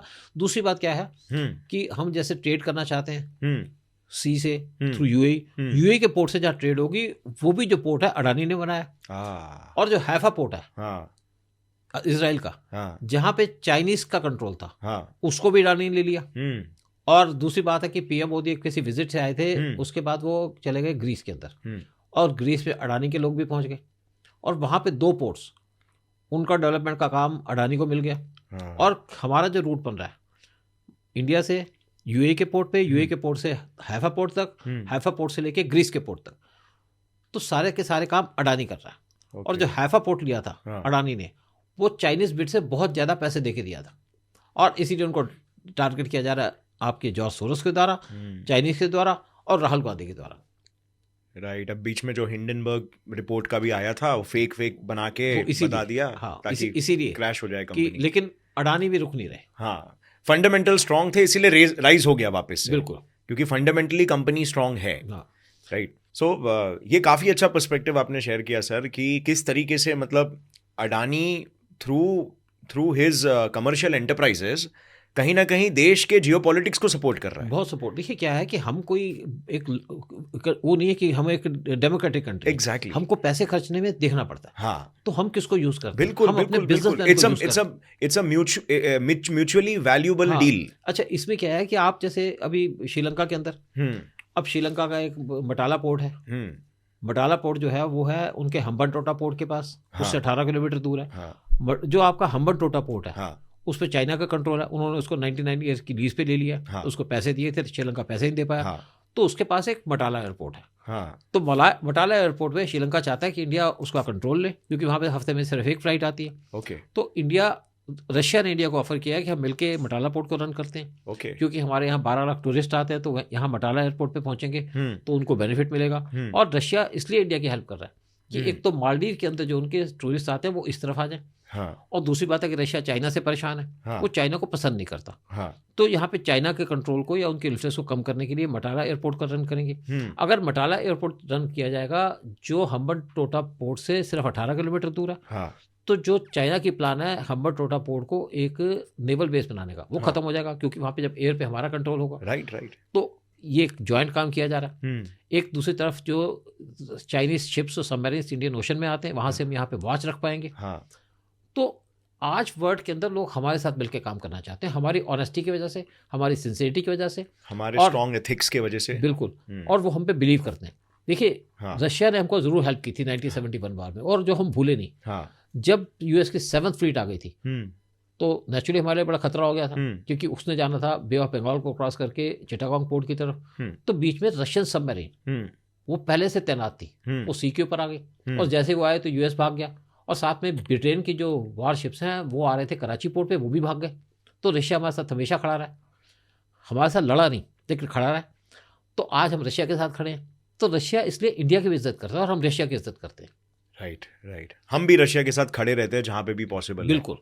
सर, आपको टोटल 38 ईयर्स हो गए हैं, लाइक रॉ के सर्विस में आपको 38 ईयर्स आपने बिता दिए। तो आपने काफ़ी क्लोज तरीके से देखा होगा कि रॉ में काम कैसे होता है, किस तरीके से सीक्रेट मिशंस को अंजाम दिया जाता है।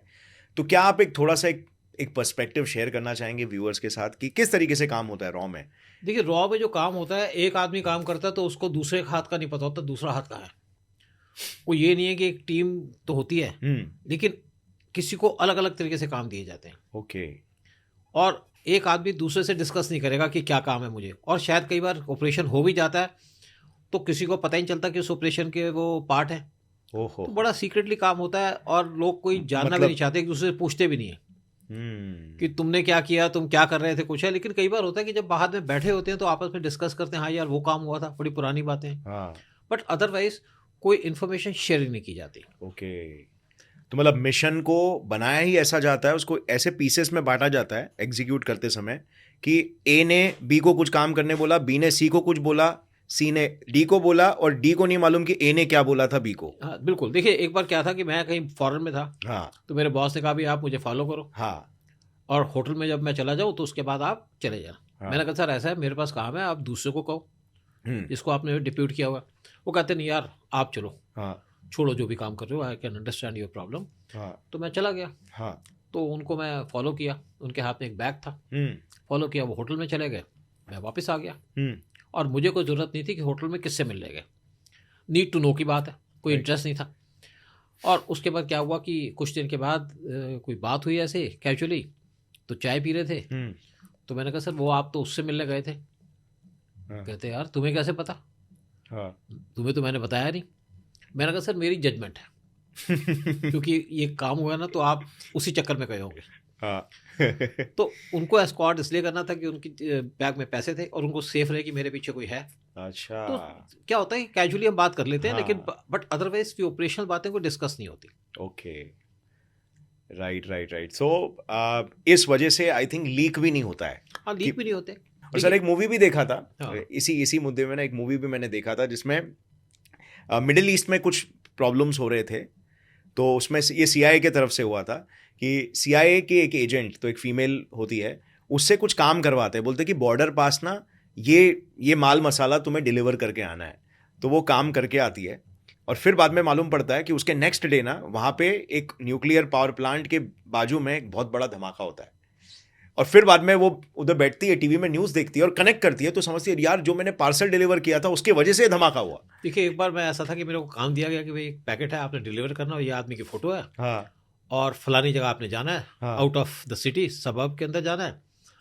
तो गए और समझ तो आ गया हाँ कि कोई मिल्टन टाइप का आदमी है, हाँ। फ़ोटो भी दिखाई उसकी, लेकिन मैंने पूछा नहीं। फिर एक ने मेरे से कहा, जो मेरे साथ ड्राइवर था, कि सर कुछ आपने सामान ले लिया, वेपन ले लिया। हाँ मैंने कहा नहीं। हाँ कहते क्यों?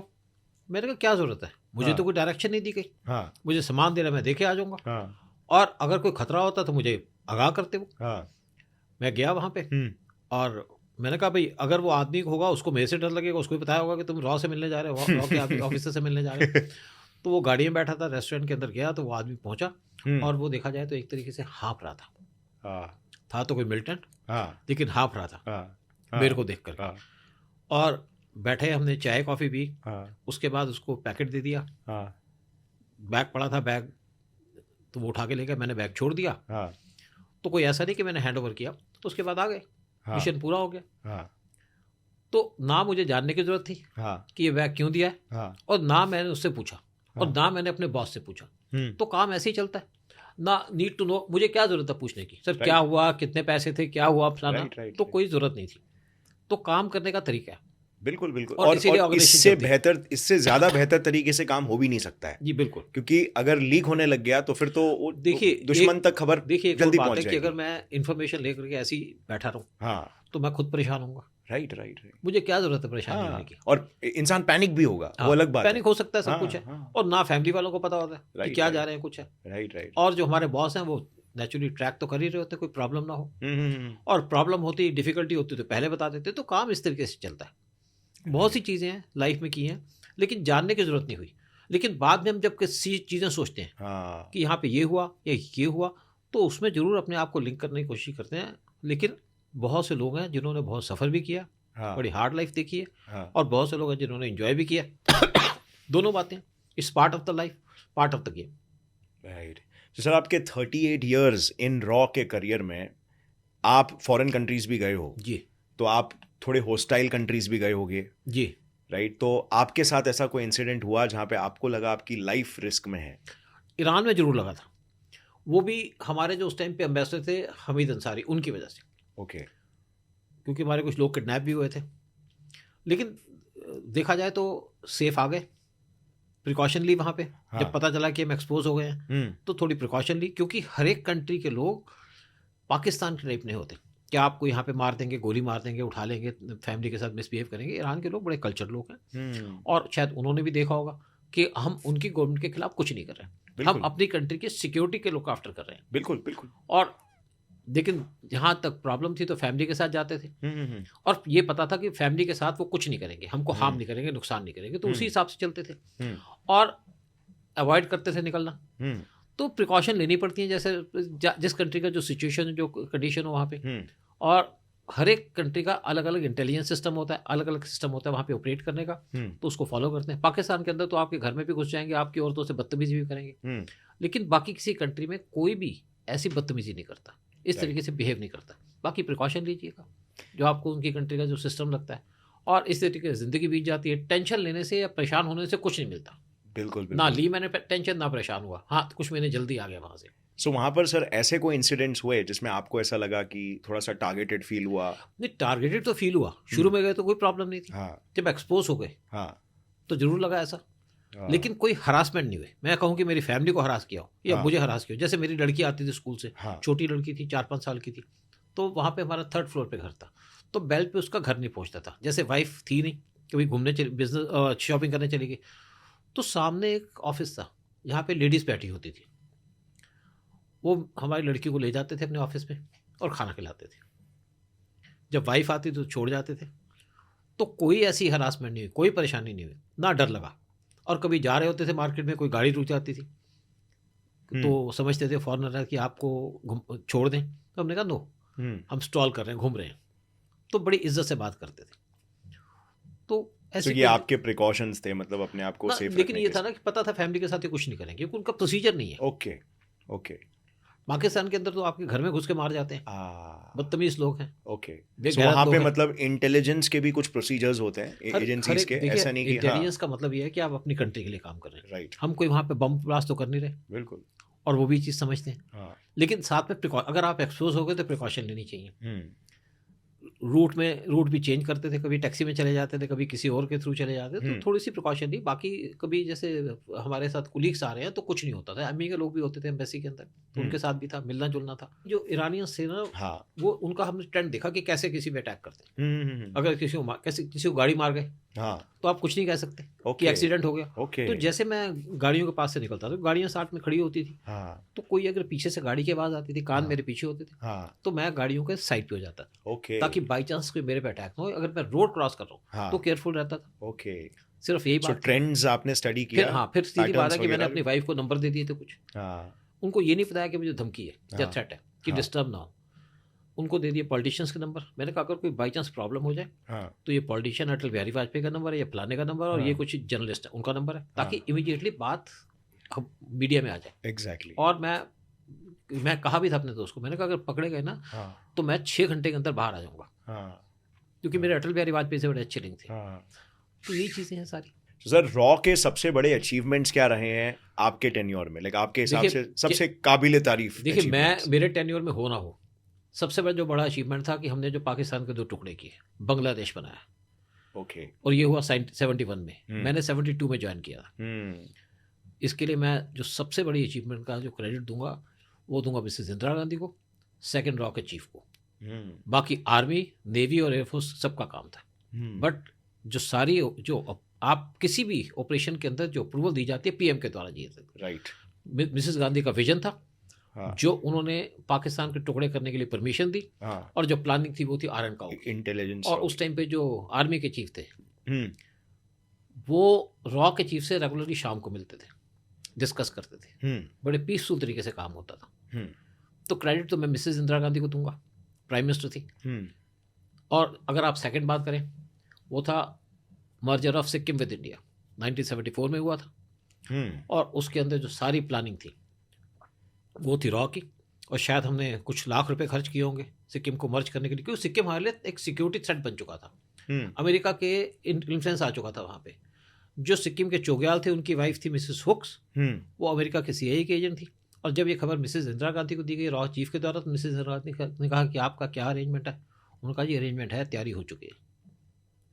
और उसके बाद हमारे कुछ और भी ऑपरेशन थे, लेकिन उस टाइम पे इंडिया के अंदर पॉलिटिकल डिस्टर्बेंस शुरू हो गई जयप्रकाश नारायण को लेकर के, CIA का हाथ था पीछे। तो वो सारे के सारे ऑपरेशंस धराशायी रह गए या हुए नहीं। फिर अगर आप तीसरी बात की, अमेरिका चाहता था एक बेस बनाना श्रीलंका के अंदर। अगर अमेरिका की बेस इंडिया के नेबरहुड में बनती तो इंडिया के लिए धमकी थी, इंडिया के लिए थ्रेट था, और लेवरेज करता यूएस। मिसेस गांधी ने उस टाइम पे रॉ के चीफ को परमिशन दे दी, और वहाँ पे LTT खड़ी कर दी ट्रिंकोमाली पे, जिसकी वजह से अमेरिका अपनी बेस नहीं बना सका। वो तो हमारे यहाँ पे कोई गधे भी बैठे हुए हैं, राजीव गांधी जैसे, जिन्होंने एलटीटी को ख़त्म कर दिया। अदरवाइज हमारे लिए एक असेट था।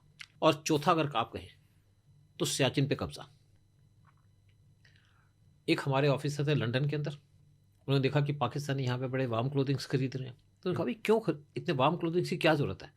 तो उसकी असेसमेंट की गई कि ये तो सियाचिन के लिए है। जब ये खबर हमने आर्मी को दी, उससे पहले हम रेकी करवा चुके थे वहाँ की, तो आर्मी को डायरेक्शन दे दी कि उसको टेक ओवर कर लो। तो आर्मी ने वो टेक ओवर कर लिया। उत्तराखंड से गए थे लोग, ये जो सोल्जर्स थे, क्योंकि उस टाइम पे हिल के एरिया के यही लोग थे काफ़ी हमारे पास। उन्होंने कब्जा कर लिया। तो पाकिस्तान ने उसके बाद हटाने की कोशिश की। जनरल मुशर्रफ उस टाइम पे स्कार्डू के चीफ थे, लेकिन वो हटा नहीं पाए। और आज तक हम वहाँ बैठे हैं कंट्रोल करके। तो एक ये जो मेजर अचीवमेंट थी ये थी रॉ की। लेकिन सारे काम जो होते हैं वो मिलके होते हैं, आप एक को क्रेडिट नहीं दे सकते। रॉ को दें, आर्मी को दें, एयरफोर्स को दें, नेवी को दें, सब मिलके काम करते हैं।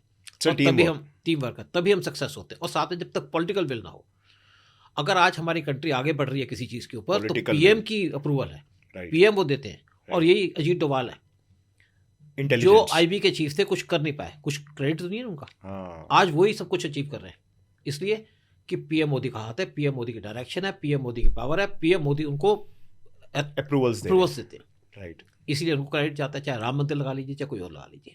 राइट। सो सर, जैसे ऑडियंस को एक बार एक समझा सकते हो कि रॉ और आईबी में डिफरेंस क्या है? देखिए, कोई ज़्यादा डिफरेंस नहीं है।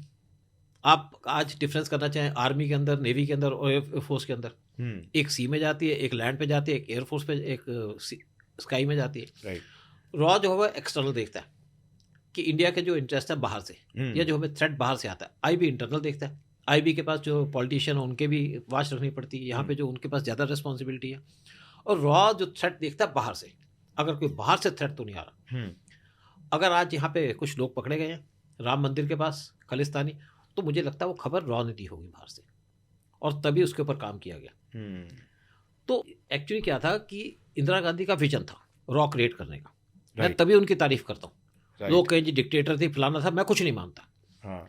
इंदिरा गांधी ने जो काम किया रॉ के लिए, कंट्री के लिए, किसी ने नहीं किया। उन्होंने 21 सितंबर 1968 के अंदर रॉ बनाई, आर.एन. काओ को इसका चीफ बनाया, और आर.एन. काओ के विजन 600 आदमियों से हमने बांग्लादेश को तोड़ दिया। जब आर्मी की चीफ को बुलाया गया यहाँ पे कि भाई हम पाकिस्तान को तोड़ना चाहते हैं, तो जनरल मानिक शाह ने कहा कि हम तो रेडी नहीं है, हमारी जो आर्मी है वो डिफेंसिव पर्पज़ के लिए, हमें तैयारी करनी होगी। तो मिसेस गांधी ने कहा कितना टाइम? उन्होंने कहा 1 साल। उनका ठीक है, जो सामान खरीदना खरीदो, सामान तो रशिया से आना था। तो तब तैयारी की गई और रॉ ने सारा प्लान तैयार किया था। और उसके बाद डिस्कस होता था रॉ के चीफ के साथ जनरल मानिक शाह का। शाम को चाय पीते थे हर एक इवनिंग के अंदर, कोई हड़बड़ी नहीं बची हुई थी। और जो आर्मी को रिक्वायरमेंट थी वो पूछ ली कि आपको क्या चाहिए, कहाँ की इन्फॉर्मेशन चाहिए, वो प्रोवाइड की गई। नेवी से पूछ लिया गया, उन्होंने कहा जी कराची पोर्ट के अंदर सारी फोटोग्राफ्स दे दो, तो वो रॉ ने प्रोवाइड की। और इसी तरीके से सारा काम हो। अगर आप आज बालाकोट की बात करें, स्ट्राइक तभी हुई ना कि वहाँ पे एयरफोर्स क्या करती जा करके, एयरफोर्स को तो पता ही नहीं था कि स्टेशन कहाँ पे है। तो इसकी जो पूरी इन्फॉर्मेशन कि कहाँ कहाँ पे किसके कैंप्स हैं वो रॉ ने दी। और 3 मेजर कैंप्स चुने गए, एक था पीओके के अंदर, तो एक कोई नल्ला जगह है। तो पीएम मोदी ने कहा जी मुझे पीओके में नहीं करना, मुझे पाकिस्तान में करना है, क्योंकि बड़ा ऑपरेशन है। तो एक मिला उनको पंजाब के अंदर, पंजाब प्रोविंस के अंदर, लेकिन उसके पास एक मस्जिद थी, साथ में एक सिनेमा घर था। तो पीएम मोदी ने कहा मुझे सिविलियंस को नहीं मारना, तो उसी लिए बालाकोट चुना गया। और बालाकोट पर स्ट्राइक हुई, बालाकोट के अंदर रिक्रूटमेंट भी हो रही थी, नया कैंप स्टार्ट हो रहा था। तो उस टाइम पे था कि यहाँ पे 300 मिलिटेंट होंगे, अटैक किया गया। बाकी आप जानते हैं सारा कुछ क्या हुआ।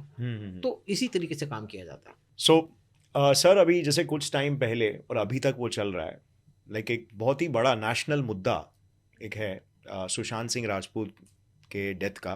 काफ़ी सारे लोग मीडिया में तरह तरह की खबरें हो रही है, हर साइड से चल रही है। जैसे कुछ लोग मानते हैं कि सुसाइड केस था, मीडिया और स्टेट गवर्नमेंट भी अपने तरफ से यही स्टैंड रख रही है। बट देन कहीं पर काफ़ी सारे लोग ये बिलीव करते हैं, बहुत सारे लोग इसको लेकर एक मूवमेंट भी चालू कर दी है, जस्टिस फॉर सुशांत सिंह राजपूत, कि एक्चुअली में मर्डर था। तो आपका इस पर क्या एनालिसिस है? बिकॉज आपने ऐसे केसेस बहुत देखे रहेंगे। केसेस भी देखे हैं, फिर जो ट्रेंड था उसके हिसाब से मैंने एक वीडियो बनाया था। उसके कुछ लोगों ने कहा जी, मैं जबकि इस चीज़ को कवर नहीं कर रहा था। फिर मेरी एक कज़न का फ़ोन आया ऑस्ट्रिया से कि भाई साहब आप इस पे तो कुछ काम करिए। हम्म, तो मैंने उसके ऊपर वीडियो बनाया, इन्फॉर्मेशन मेरे पास थी कुछ, तो मैंने वीडियो बनाया कि सुशांत सिंह राजपूत का ने सुसाइड नहीं किया, इसका मर्डर है। देखिए क्या होता है कि जब भी कोई एजेंसीज काम करती हैं हम्म, तो बड़े तरीके से काम करती हैं, सारे विटनेसेस को एलिमिनेट करती हैं। हम्म, सुशांत सिंह को मारने के पीछे नेचुरली बात है कुछ बॉलीवुड के लोग भी थे और कुछ उनकी अंडरवर्ल्ड के लोग थे, और साथ में इनकी जो कॉन्स्पिरेसी थी कुछ पॉलिटिशियन थे, क्योंकि बगैर पॉलिटिशियन के कॉन्स्पिरेसी के साथ या मिलावट के साथ ऐसे ऑपरेशन नहीं होते। अगर दाऊद एक क्रिमिनल था तो दाऊद डॉन कैसे बना? क्योंकि उसको पॉलिटिकल सपोर्ट थी। तो इसी तरीके से जिस तरीके से सुशांत सिंह राजपूत को एलिमिनेट किया गया, बहुत सी बातें बाद में भी आई कि वो अगर पलंग पे खड़ा है तो कैसे पंखे से लटक जाएगा, वो चीज़ें अलग है। लेकिन क्या और था, बहुत सारे स्ट्रिंग्स ऑफ डेथ हुए, हाँ, मतलब एक 20 के बाद लोगों एक को मारा गया, 20 लोगों को मारा गया। ओहो हो। और क्योंकि उस टाइम पे गवर्नमेंट ऐसी थी, हाँ। अंडरवर्ल्ड एक्टिव था यहाँ पे, और एक विटनेस को मिटाने के लिए दूसरी विटनेस को मार दिया, ऐसी काम चलता है। एक गलती छुपाने के लिए और गलतियां करनी पड़ती हैं। तो इसमें क्या था कि मैं कोई स्पॉट पे नहीं गया। आप देखिए वहाँ पे सीसीटीवी कैमरा की फुटेज वो निकाल दी गई, एकदम इसको कह दिया गया जैसे हुआ कि ये सुसाइड है विदाउट वेरिफिकेशन, और किस तरीके से उसका पोस्टमार्टम किया गया। तो सारी की सारी बातें ये क्लियर बात है कि यहाँ पे इसका मर्डर हुआ, और मर्डर इस तरीके से हुआ कि जैसे इसको एक प्लान तरीके से मारा गया, प्रोफेशनल ने मारा। और प्रोफेशनल कौन मारेगा? अंडरवर्ल्ड। आप देखिए जब सुनंदा पुष्कर की डेथ हुई, मैंने उस पर वीडियो बनाया। उस टाइम पे जो यहाँ पे मिनिस्टर्स होते हैं उनके घर की जब रिपेयर की जाती है तो रिपेयर तब की जाती है, जैसे शशि थरूर की बात है, जब वो पार्लियामेंट का हाउस ना हो, सेशन में ना हो। लेकिन वहाँ पे तब भी रिपेयर की जा रही थी जब शशि थरूर दिल्ली के अंदर आ गए थे और लीला होटल में ठहरे थे। उनकी वाइफ और वो अलग अलग कमरे में बैठे हुए थे, अलग अलग कमरों में ठहरे थे, और ये एक मीटिंग अटेंड करने चले गए कांग्रेस वर्किंग कमेटी की, और पीछे से इसका मर्डर हो गया। जबकि 3:30 बजे तक उसको वहाँ देखा गया, बात कर रही थी। उसके बाद सारे सीसीटीवी कैमरास की जो इमेजेस थी वो निकाल दी गई, क्योंकि उस टाइम पे कांग्रेस का रूल था। और जिसके पास भी मोबाइल थे वो भी सारे डिलीट कर दिए गए, सब कुछ डिलीट हो गया। और इसका जब पोस्टमार्टम हुआ तो पोस्टमार्टम की रिपोर्ट के बाद जब केस किया, क्योंकि शशि थरूर पे आप हाथ नहीं लगा सकते, बिल्कुल बिल्कुल, क्योंकि वो वहाँ थे नहीं। तो जब उसका पोस्टमार्टम हुआ तो उसकी जब कोर्ट में हियरिंग चल रही थी, जिस डॉक्टर ने इनका पोस्टमार्टम किया था उन्होंने कहा जी मेरे पास 2 मिनिस्टर्स के यहाँ पे प्रेशर था। एक थे हेल्थ मिनिस्टर जो आपके कश्मीर के थे, हाँ, और दूसरे शशि थरूर। तो मुझे जो कहा मुझे कहना पड़ा, लेकिन कोर्ट ने सुन लिया, लेकिन कोर्ट कर कुछ नहीं पाया, क्योंकि कोर्ट को चाहिए एविडेंस। आपकी स्टेटमेंट की कोई वैल्यू नहीं है। और जो आदमी उस पे फ्लोर पे पोस्टेड था, जो एक नॉर्मल आदमी होगा, वो मिसिंग रहा। और दूसरी बात है, इसमें पाकिस्तान की आईएसआई का कैसे हाथ आ जाता है?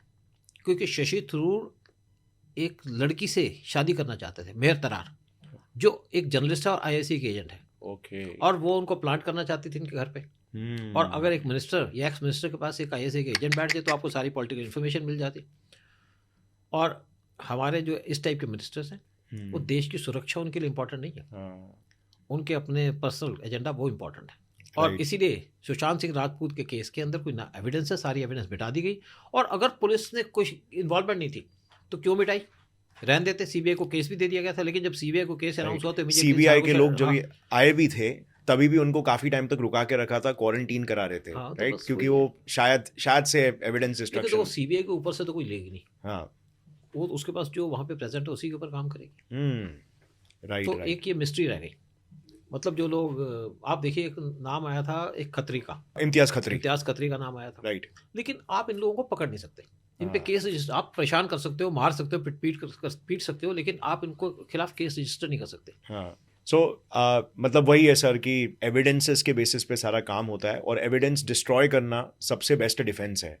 और ये बात आपने बिल्कुल सही बोली कि मतलब छोटे मोटे गुंडों को अगर पॉलिटिकल सपोर्ट मिल जाता है तो फिर वो डॉन बन जाते हैं। यूपी में डॉन थे, हाँ, और जब योगी गवर्नमेंट आई तो सारे के सारे डॉन मिट गए, हाँ, खत्म हो गए, राइट, भाग गए वहां से। सो काइंड ऑफ लाइक अगर स्टेट मिलके काम करेगी या मतलब म्यूचुअली बेनिफिशियल बेसिस पे काम करेगी गुंडों के साथ किसी तरीके से, तो उससे देश का नुकसान हो रहा है, बट देन वो एक सिस्टम पूरा बन जाता है जिसमें कि म्यूचुअल बेनिफिशियल हो जाता है। बट देन अगर स्टेट अगेंस्ट काम करेगी तो फिर डॉन्स भी 2 मिनट लगते हैं। हाँ, देखिए क्या होता है कि आप डॉन काफी टाइम तक है किसी स्टेट में, तो वो एक सवाल पूछना चाहिए देश के लोगों को, उस मतलब स्टेट के लोगों को कि आखिर इतने टाइम से क्यों है ये डॉन। तो यूपी में थे ना इतने साल हाँ। तक। अब देखिए ना, दाऊद कैसे बना, स्मगलर था दाऊद। राइट। अब पैसे लेने के चक्कर में लोग इससे मिल गए हाँ। और उसको डॉन बना दिया, उसको पावर दे दी, उसको पुलिस प्रोटेक्शन दे दी, तो हम्म। डॉन बन गया। बॉम्ब ब्लास्ट करा दिए, इसके हम्म। लिए पैसे लिए गए हम्म। और एविडेंस है कि पैसे दिए गए। लेकिन उसके बाद वोरा कमेटी की रिपोर्ट आई थी, वोरा कमेटी को बिठाया उस टाइम पे, आपके नरसिम्हा राव यहाँ पे शायद हमारे पीएम थे, लेकिन उस रिपोर्ट के अंदर जो नाम दिए थे वो एनक्लोजर में थे, वो किसी बड़े कांग्रेस लीडर के कहने पे निकाल दिए गए। अदरवाइज ये सब बाहर होते। फिर दाऊद इंडिया भी आना चाहते थे, लेकिन उनको आने नहीं दिया। उसको एलिमिनेट करने की बात भी थी, लेकिन उसके ऊपर भी आईबी के लोगों ने अजीत डोवाल का जो प्लान था उसको एक्सपोज कर दिया और दाऊद इंडिया आ नहीं सका। राइट। अभी खबर आ रही थी कि दाऊद मर गया, लेकिन अभी जिंदा है और कराची में है। मर जाएगा, उसकी हमारे लिए कोई दिक्कत नहीं है इस टाइम में, इंडिया के लिए कोई डेंजर नहीं है दाऊद से। राइट। राइट। सो सर, ये मतलब ये एक मुद्दा ये भी बताता है कि मीडिया में जो अक्सर चलता रहता है और जो ग्राउंड रियलिटी वो बहुत अलग होती है। तो देखिए, एक बार क्या हुआ कि एक बार एक कोई डॉन का साथी था, वो इंडिया में आया और दाऊद का, और दाऊद ने कहा कि मैं इसको भेज रहा हूँ, अगर इसको जस्टिस मिलेगा, मेरे को पीटा नहीं जाएगा, हाँ। और मेरे को जो मुंबई की जो जेल है, एक फेमस जेल है, वहाँ रखा जाएगा, तो कोई इशू नहीं है। हाँ। तो यहाँ पे आया और उसके बाद आने के बाद उसको new Delhi old Delhi railway station पे अरेस्ट कर दिया गया। नेचुरल बात, पुलिस सीबीआई अरेस्ट करेगी। उसके बाद एक सीबीआई के चीफ थे पुराने, उन्होंने कहा जी हमने इनको लाए हैं।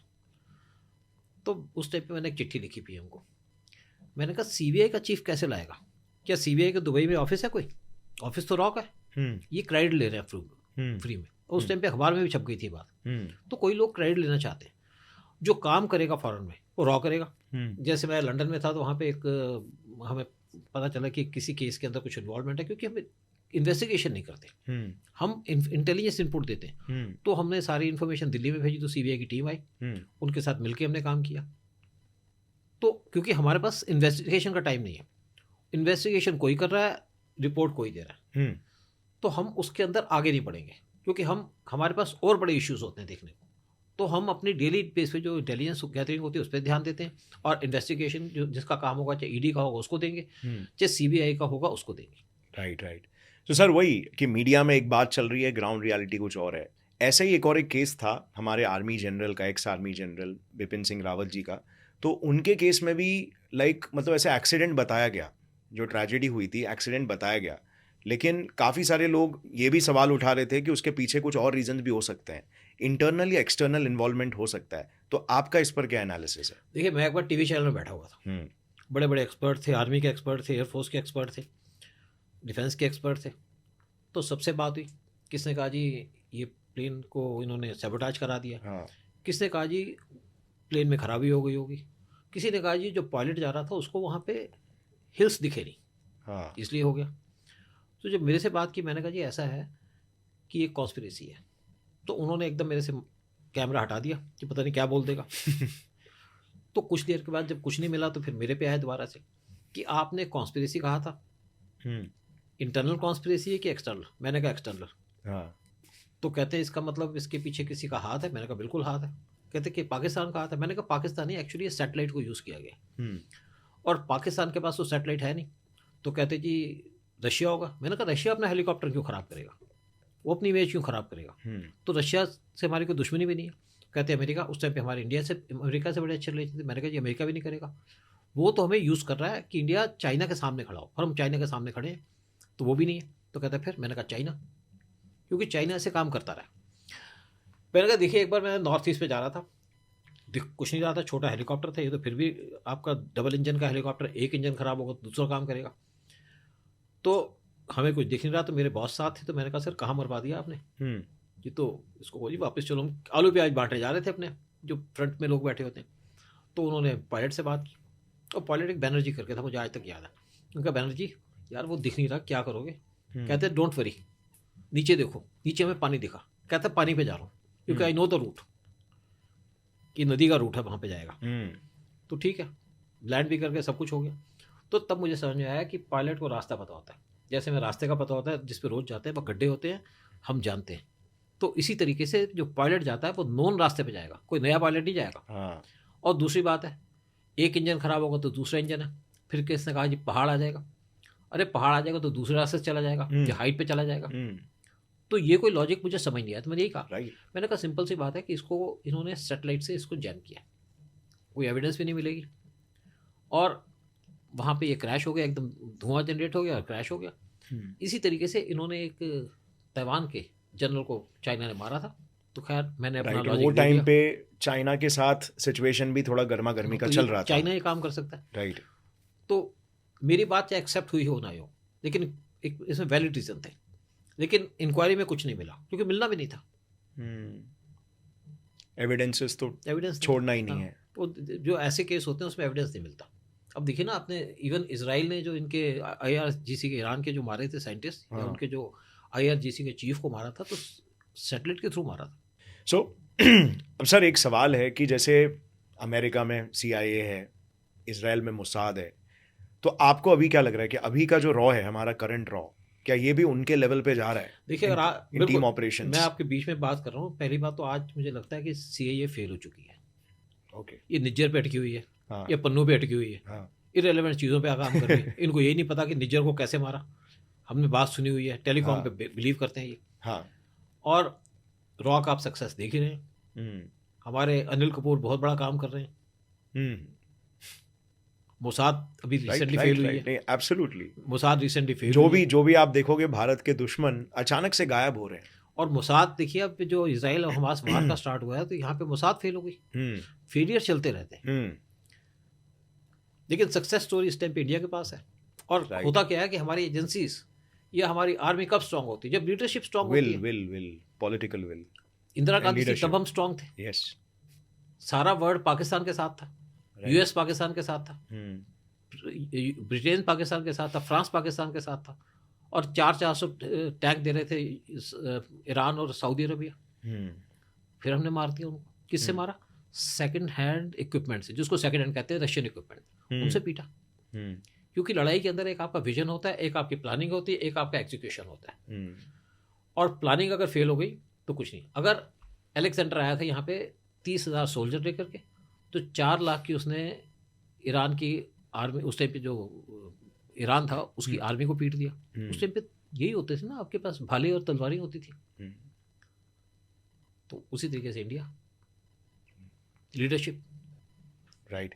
तो सर इंदिरा गांधी जी के बारे में जैसे आप कह रहे हैं कि वो काफ़ी विजनरी लीडर थी, काफ़ी लोग बोलते डिक्टेटर की तरह थी, काफ़ी लोग बोलते हाइपर नेशनलिस्ट थी, काफ़ी मतलब लोगों के मिक्स्ड ओपिनियंस है, राइट। तो क्या रीज़न है कि मतलब आप इतना एडमायर करते हैं? एडमायर करता हूँ उनके अचीवमेंट्स को, एडमायर करता हूँ उनकी लीडरशिप को, एडमायर करता हूँ कि मेरे देश को स्ट्रांग किया, एडमायर करता हूँ कि उन्होंने पाकिस्तान के 2 टुकड़े कर दिए, और कंट्री के इंटरेस्ट में अपने दोस्त को छोड़ दिया, जो आपका सिक्किम का वो था चोग्याल, उसको मर्ज करा दिया। कहाँ इंदिरा गांधी ने देश को नुकसान किया? और अगर इंदिरा गांधी के खिलाफ यहाँ पे एजिटेशंस हुई, कौन था उसके अंदर? यहाँ पे जितने लोग थे सोशलिस्ट थे ना, इनका कंट्रीब्यूशन है। लालू यादव का क्या कंट्रीब्यूशन है? मुलायम सिंह यादव का क्या कंट्रीब्यूशन है? चंद्रशेखर, ये सबसे ज़्यादा करप्ट थे। और जो इनकी इसको लीड कर रहे थे, सिर्फ डाकुओं को सरेंडर कराया ना उन्होंने, जयप्रकाश नारायण। क्या काम था? क्या गलती की थी इंदिरा गांधी ने पाकिस्तान को टुकड़े करके? बांग्लादेश के लोग यहाँ बैठे रहे, हमने इतना नुकसान झेला, तो थोड़े से प्राइजेस तो रेस होने थे चीज़ों के। सिक्किम को मर्जर कराया तो क्या था? तो लेकिन इंदिरा गांधी के साथ बात ये थी कि इंदिरा गांधी क्विक एक्शन लेती थी, और मोदी उसको अवॉइड करते हैं। शायद इंदिरा गांधी से बहुत कुछ सीखा है। जब यहाँ पे किसान की एजिटेशन चल रही थी, बहुत कुछ हुआ, तो मोदी ने गोली नहीं चलाई। और जब इन्होंने लाल किले पे अटैक किया, तो PM मोदी ने जानबूझ करके अपनी पुलिस के पास कोई बंदूक नहीं दी। बंदूक देते सब भाग देते कि चलो कोई बात नहीं, झंडे को उखाड़ दो तुम। अगर झंडा यहाँ पे गोली मारते तो पूरे वर्ल्ड में इंडिया की इमेज खराब होती, और हमारी इकोनॉमी पे इम्पैक्ट पड़ता। PM मोदी उसको अवॉइड करते रहे, एक सेक्रीफाइस किया उन्होंने। राइट।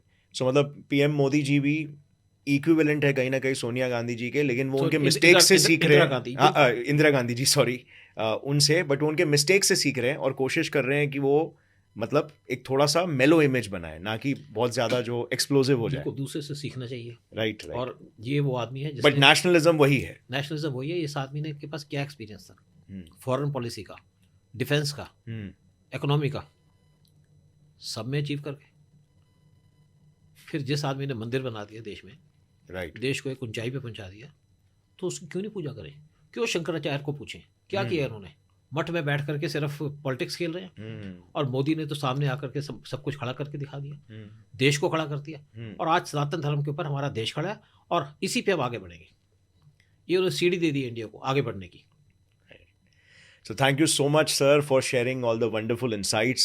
काफ़ी माइंड ब्लोइंग पर्सपेक्टिव्स मालूम पड़े हैं, बहुत सारे सीक्रेट्स और बहुत सारे बहुत ही डिटेल्ड एनालिसिस जो कि लाइक दूसरे लोग मे बी लाइक मीडिया देखकर नहीं कर पाते, राइट? जो ग्राउंड लेवल के एनालिसिस है। मुझे बात करने की सीधी आदत है, ठीक है ना, क्योंकि मुझे कोई इंटरेस्ट तो है नहीं। इंटरेस्ट है देश में, इंटरेस्ट है मेरी कंट्री में। जो देश का भला करेगा उसके साथ हम खड़े हैं, चाहे इंदिरा गांधी हो चाहे मोदी हो। Definitely sir. और जो विजन आपने देखा है और जो विजन आपने बताया इंडिया का, और जो हमारे लीडर्स देख रहे हैं, किसी भी लीडर के साथ हमारे, मैं रहा हूँ कई जगह में, किसी भी लीडर से कोई जप्फी डालता था। आज जो बाइडेन डाल दें जप्फी, एक कहता जी मोदी उसके गले पड़ जाते हैं। मैंने कहा मोदी नहीं पड़ता, वो उसके गले पड़ते हैं। उसका विजन देख करके, उसकी नॉलेज देख करके, उसकी रेपुटेशन देख के, उसका जो एडमायरेशन है या उसके अचीवमेंट्स, ग्लोबल ब्रांडिंग। जैसे मैंने कहा अर्जेंटीना में गए थे, 56 घंटे के अंदर उन्होंने 42 मीटिंग की थी, और हर एक अलग अलग आदमी से की थी। नाम आप देख लीजिए, आप पाकिस्तान के जो इमरान खान थे, एक आदमी से मीटिंग करते हैं, उसका नाम भी गलत ले लेते हैं। राहुल गांधी से देख लो। क्या राहुल गांधी को मैं बहुत एडमायर करता हूँ, क्योंकि ये अगर आदमी इस कंट्री का प्राइम मिनिस्टर बन जाए तो हमारी कंट्री की इकोनॉमी बहुत ज़्यादा बढ़ जाएगी, क्योंकि ये वो आदमी है जो आलू से सोना उगा सकता है। So thank you so much sir for joining. My pleasure.